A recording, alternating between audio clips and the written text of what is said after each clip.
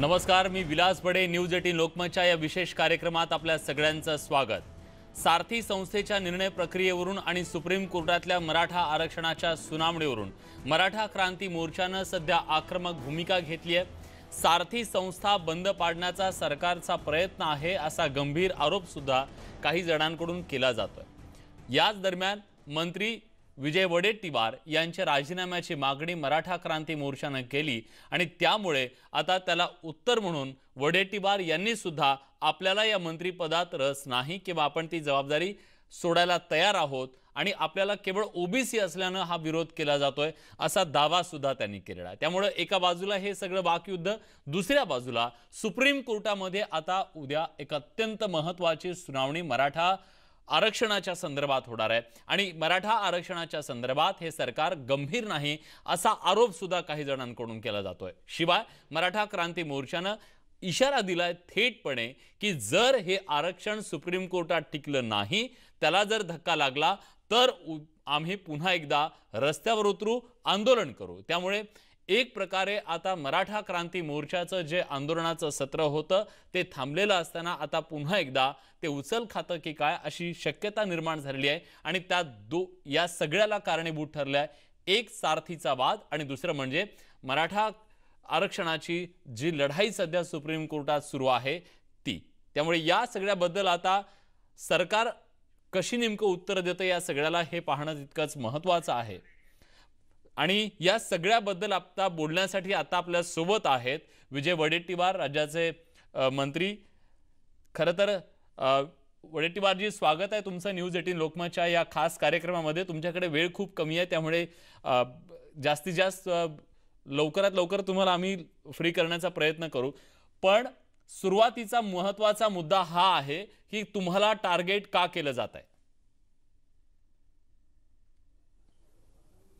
नाही काय टार्गेट म्हणजे राजकारण.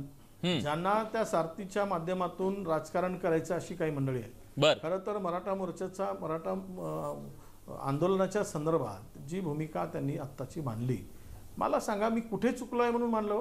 काय चूक केली सारथीच्या संदर्भात? काय सारथी मी बंद केली? माझा अधिकार आहे तो. सारथीला स्वायत्तता द्यायची मागणी आहे, तो माझा अधिकार आहे. सारथीला स्वायत्तता देण्याचा तो माझा अधिकार नाही, तो कॅबिनेटचा आहे. आणि मी काय शेवटचा माणूस आहे का या सगळ्या प्रक्रियेमधला? त्यांना जर काय पाहिजे आहे, मी एखादा चुकीचा निर्णय घेतला असं त्यांना वाटत असेल तर त्यांनी सरळ सीएम कडे जायला पाहिजे, त्यांनी पुन्हा यांच्याकडे जायला पाहिजे, डीसीएम कडे जायला पाहिजेत.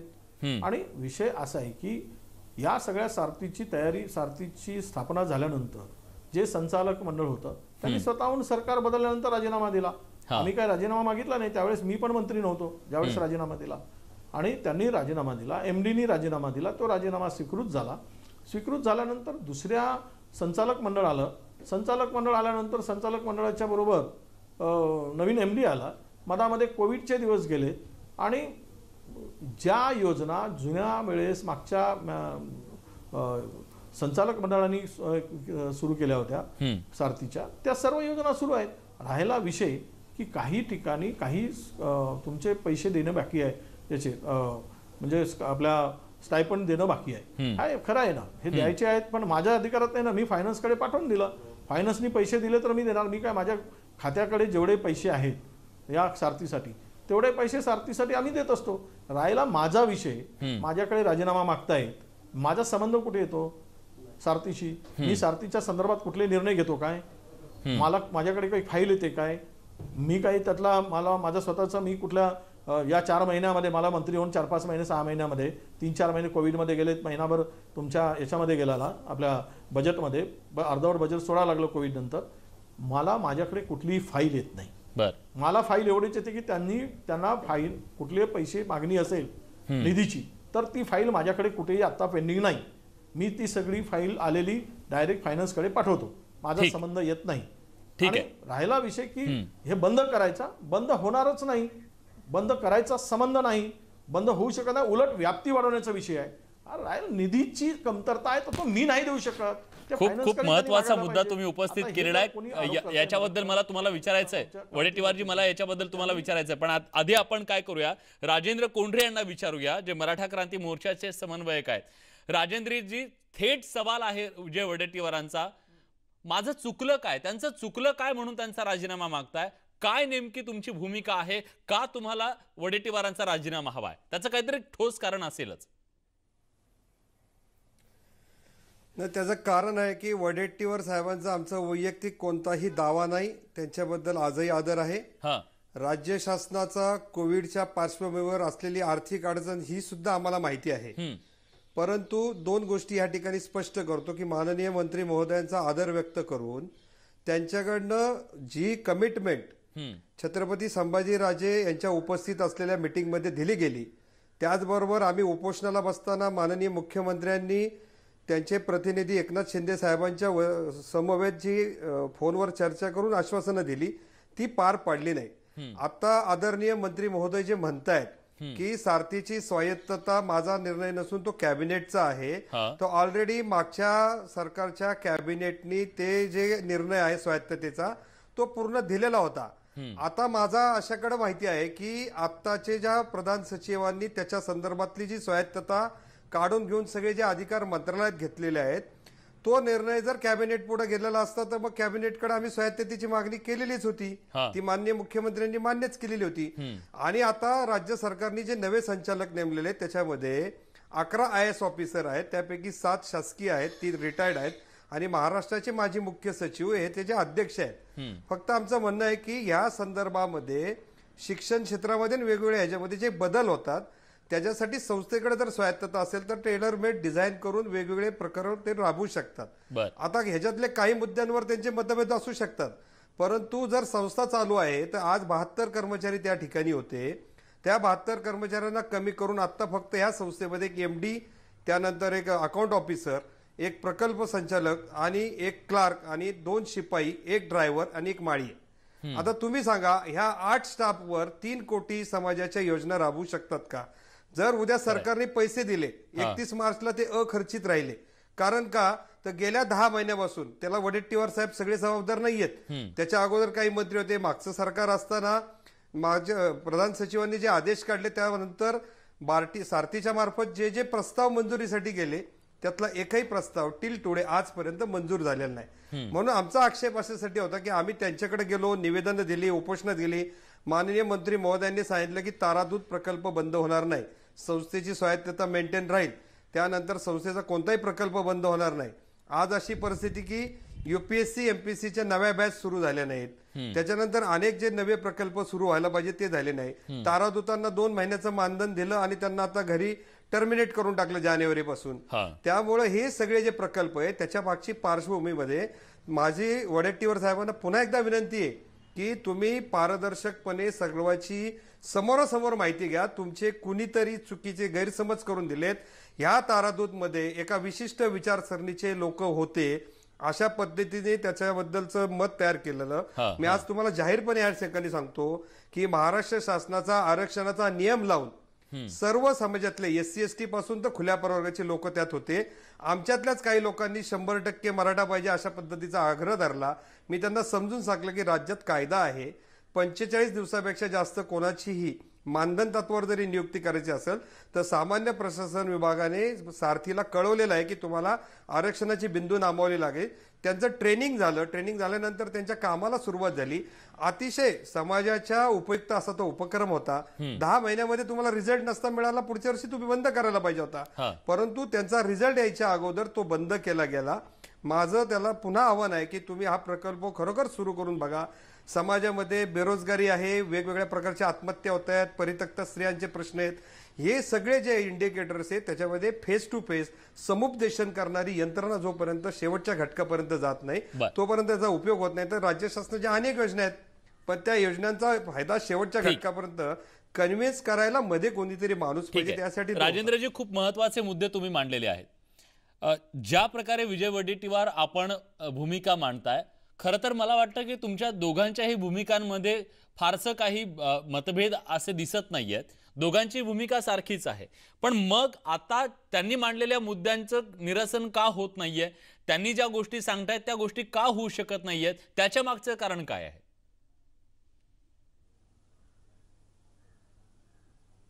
कोणी मी सांगायचे नाही, वडेट्टीवार साहेबांना विचारतोय. नाही नाही, हे बघा, सगळ्या मुद्द्यांचं निरसन 100% होईल, तो चर्चेतूनच होतो. राहायला मी मिटिंग घेतली, हे खरं आहे की संभाजीराजेंच्या बरोबर मिटिंग झाली, त्यावेळेस सगळी मंडळी होती. त्यांनी सांगितलं की अमुकांना बोलू नका, तमुकांना बोलू नका. काही लोकांनी सांगितलं. मग राजेंना मी विचारलं तर राजेंनी भूमिका तीच मांडली की नाही ठीक आहे, आम्हाला म्हणजे व्यवस्थित चर्चा झाली पाहिजेत, त्यामध्ये मतभेद दिसता कामा नये, म्हणून आम्ही येतो. चर्चा झाली. चर्चा झाल्यानंतर तुम्हाला सांगतो कोविड सुरू झाला ना, काहीच करायला संधी मिळाली नाही. 3-4 महिने सगळेजण घरोघरी बसलेत. त्यामध्ये आम्ही 2 महिने पुढच्या मंत्रालयात गेलो नव्हतो, हे सांगायला पाहिजे. कारण ह्या कोरोनाच्या पार्श्वभूमीवर सगळा मंत्रालय ठप्प पडला होता. 2% उपस्थिती नव्हती. मी तुम्हाला सांगतो आज माझ्याकडे टायपिंग करायला टायपिस्ट सुद्धा नाही मंत्रालयात. ही सगळी परिस्थिती त्यावेळची होतीच. आता राहिला विषय की स्वायत्ततेच्या संदर्भामधला, मी पुन्हा सांगतो की ज्या वेळेस तक्रार झाली तर माझे ज्यांच्या सचिवाकडून हा कारभार काढून घेतला गेला त्यांच्या म्हणण्याप्रमाणेच काढून घेतला गेला आणि तो कारभार आम्ही किशोरराजे निंबाळकरकडे यांच्याकडे दिला. त्यांनी चौकशी करून आले.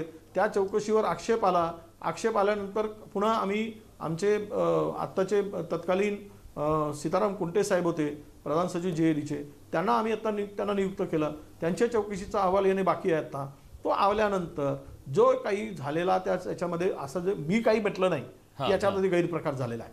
मी पुन्हा एकदा कोंडेजींना सांगू इच्छितो की मी एकही माझं पत्र नाही यामध्ये गैरप्रकार झाला, यामध्ये काही गडबड झाली, यामध्ये कोणी काही पैसे खालेत, हा माझा अजिबात आक्षेप नव्हता.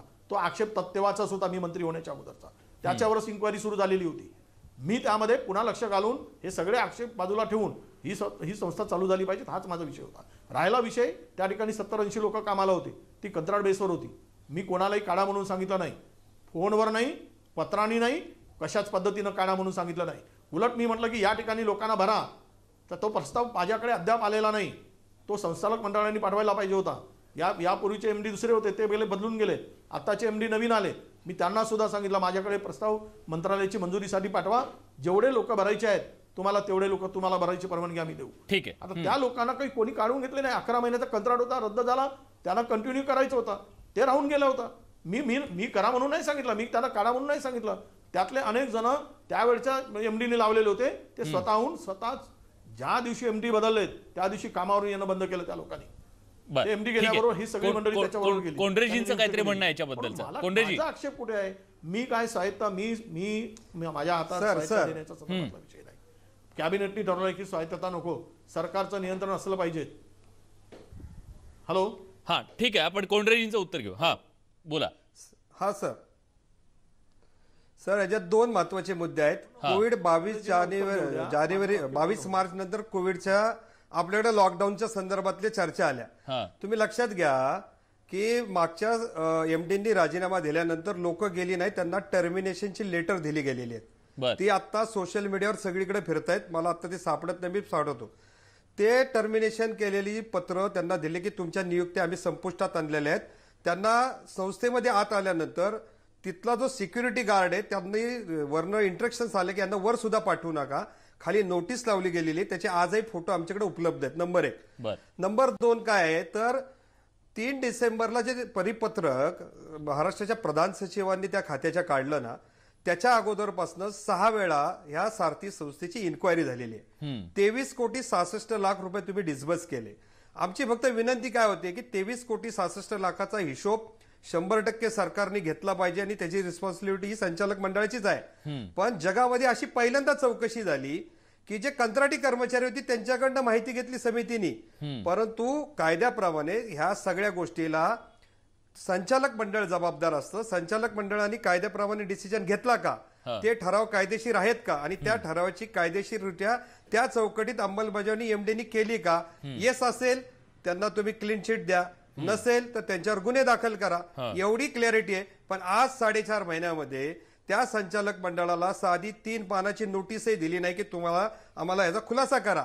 उलट त्या संचालक मंडळातले एक संचालक आज त्यांनी संचालक केलं. टेक्निकली एखादी गोष्ट बेकायदेशीर झाली तर त्याला संबंध संचालक मंडळ जबाबदार असतं कायद्याने. नंबर 1. नंबर 2, तुम्हाला चौकशी करायची तर ती संपवा. 15 दिवसाचा विषय साहेब. फक्त याच्यात टेक्निकलिटी एकच होती की संचालक मंडळाला कायदेशीर अधिकार मागच्या कॅबिनेटने दिलेले आहेत, ते वैध आहेत का नाही एवढाच फक्त लिगॅलिटीचा प्रश्न आहे. आणि याच्यात जर कोणी गैरव्यवहार केलेला असेल, कायद्याच्या विरुद्ध जाऊन काम केलेलं असेल तर ते शिक्षा भोगतील ना. मला या अनुषंगाने टेक्निकल बाबी आहेतच, पण एक अत्यंत महत्वाचा मुद्दा वडेट्टीवार तुम्ही उपस्थित केलेला होता. तुम्ही सुरुवातीच्या प्रश्नातच बोलताना सांगितलं होतं की जर तुम्हाला या सगळ्या गोष्टी स्वायत्ततेच्या बद्दल तर कॅबिनेटकडे जा, तुम्ही मुख्यमंत्र्यांकडे जा, उपमुख्यमंत्र्यांकडे जा असं तुम्ही म्हणालात. याचा अर्थ असा झालाय का आता की या सगळ्या परिस्थितीमध्ये शिवसेना त्यांचं नाव पुढे येते, शिवसेनेच्या एका नेत्याचं नाव पुढे येते की त्यांच्याकडे हे सगळं कारभार द्या. दुसरी मागणी राष्ट्रवादी काँग्रेस याच्याबद्दल बोलत नाही. काँग्रेसला टार्गेट केलं जातं का? काँग्रेसला एकटं पाडलं जातंय का? नाही, काँग्रेसला वगैरे नाही, आमच्यामध्ये समन्वय आहेच.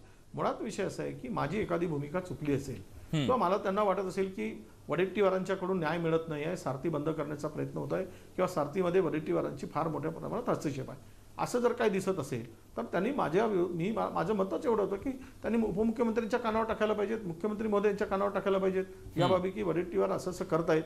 पण मी काही न करता मी कुठल्याही त्या सारथीच्या संदर्भात माझ्या हातून कुठलाही चुकीचा निर्णय न होता मला टार्गेट केलं जात असेल म्हणून मी सांगितलं की मला माझ्याकडून ही सारथीचा कारभार सांगून त्यांची मागणी आहे आणि मी तेच मागणी मला पण आनंद होईल, त्यांची मागणी पूर्ण होईल मराठा क्रांती मोर्चाची की वडेट्टीवारांना हटवलं आणि मलाही आनंद होईल यातून मुक्त झाल्याचा. तुम्ही ओबीसी आहात म्हणून तुम्हाला टार्गेट केलं जातंय असं तुम्हाला का वाटतं? वाढावी सगळं करत असताना जर मला टार्गेट होत असेल तर मलाही इच्छा नाही त्या ठिकाणी काम करायची. तुम्ही ओबीसी आहात म्हणून तुम्हाला टार्गेट केलं जातंय असं तुम्हाला का वाटतंय? तुम्हाला घेऊन ऐका, तुम्ही ओबीसी आहात म्हणून तुम्हाला टार्गेट केलं जातंय असं तुम्हाला का वाटतंय? नाही, मग मला टार्गेट माझ्यावर का आरोप होतोय? मी कुठे चुकलोय तर आरोप होतोय. मी कुठे सारथीच्या संदर्भात चुकीचं काम उचललंय?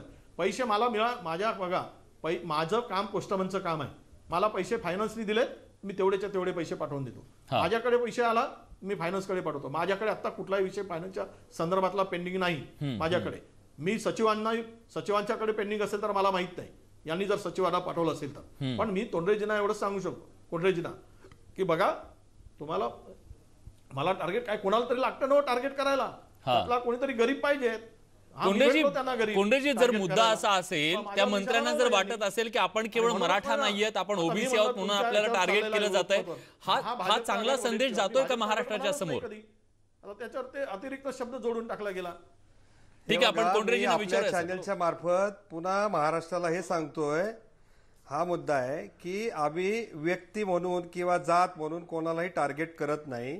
ते सरकारचे त्या खात्याचे मुख्य आहेत आणि या संदर्भातले सर्व निर्णय घेण्याचं शासन म्हणून प्रशासनापेक्षा अधिकार हा मंत्री महोदयांचा असतो आणि नंतर कॅबिनेटचा असतो.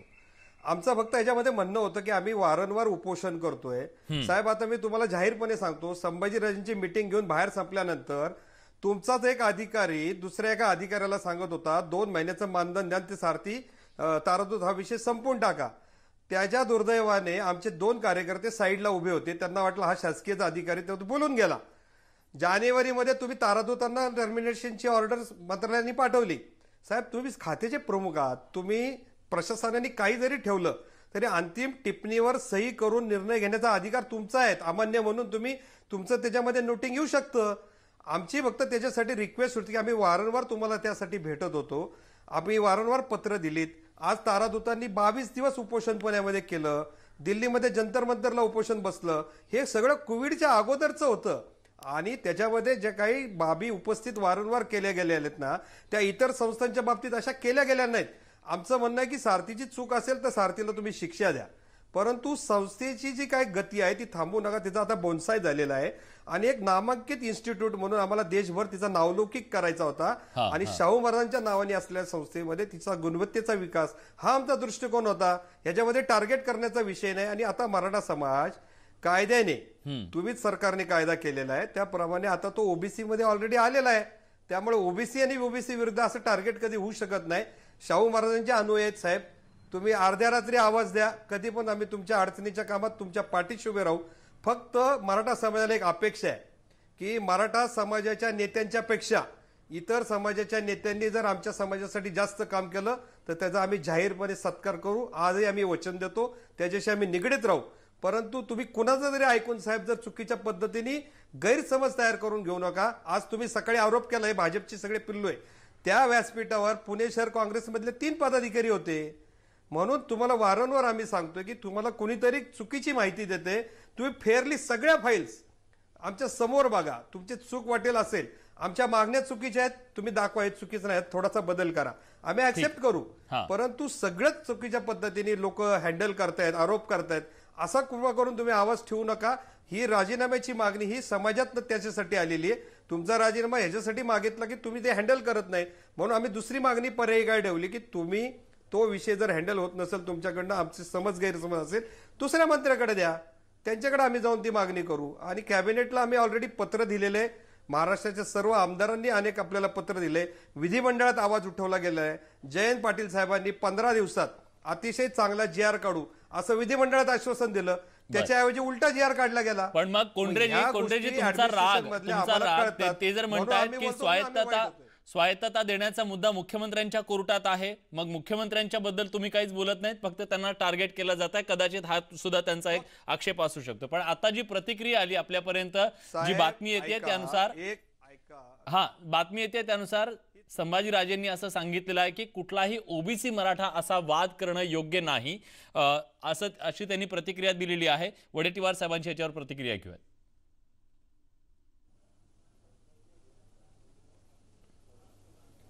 नाही, मला एक सांगा, राजे म्हणतात तर राजेंचा सन्मानच आहे. राजे म्हणाले त्यावेळेस मिटिंग लावली, आणि मिटिंग लावल्यानंतर राजे म्हटले त्यावेळेस आपण पुढेही गेलो, पण कुठल्याही नंतरच्या कालावधीमध्ये मिटिंगा झाल्या नाहीत, हे खरं आहे. आता मला कळतच नाही मुद्दाम की विजय वडेट्टीवारांचा अधिकार कुठला. त्या खात्याचा प्रमुख मी आहे, पण त्याला संचालक मंडळ वेगळा आहे, त्याला MD वेगळा आहे. त्यांनी कोणती मागणी झाली की मी ते सांगतायत की जंतर मंतरवर उपोषणाला बसला, तो निर्णय घेत असताना मी सांगतो सन्माननीय यांचे आपले कोंढरे साहेबांना, तुम्ही जंतर मंतरवर बसलात, ती मागणी काय होती की तिथल्या UPSCच्या विद्यार्थ्यांना स्टायपंड वेळेवर मिळत नाही. सगळ्या विद्यार्थ्यांना स्टायपंड आपण उपलब्ध करून दिला. उपलब्ध केल्यानंतर तुम्ही म्हणालात की 70% उपस्थिती पाहिजे होती, तिकडे विद्यार्थी पाठवल्यानंतर त्यांची त्या अकॅडमीमध्ये ते कमी केले, 60% म्हणले 60% केली, 50% म्हणले 50% केली. आता 50%च्या आतल्याही विद्यार्थ्यांना स्टायपंड द्या म्हणून मागणी झाली. आता मला सांगा, तिथे जर विद्यार्थी जात असतील तर त्यामध्ये आशा सचिवांनी पत्र आमच्या यांनी संचालक मंडळाने ठरवलं की 50%च्या आतल्या विद्यार्थ्यांना स्टायपंड देऊन उपयोग होणार नाही. मग मी काय त्याच्यात दोषी आहे काय?